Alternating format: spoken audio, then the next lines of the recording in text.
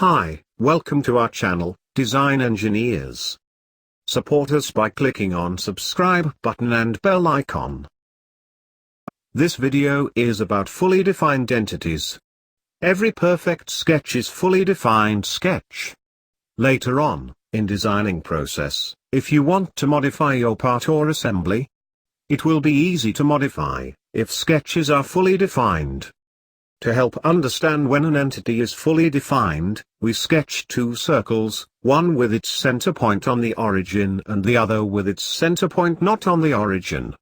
Both circles are underdefined because the diameter values have not been defined.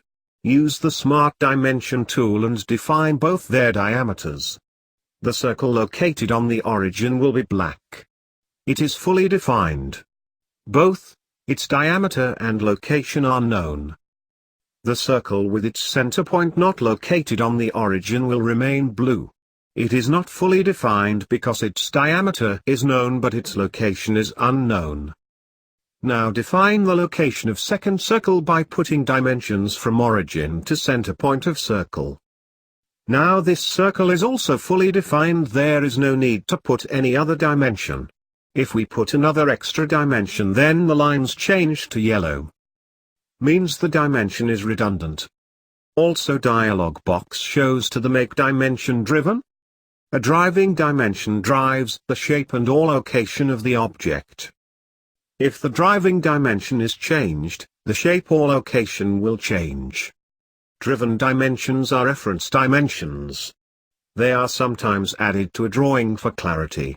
For example, a reference dimension could be used to show the overall value of a string of smaller dimensions. In this example, it would be better to delete the extra dimension. If you save it on the drawing, click the Make This Dimension Driven option and click OK.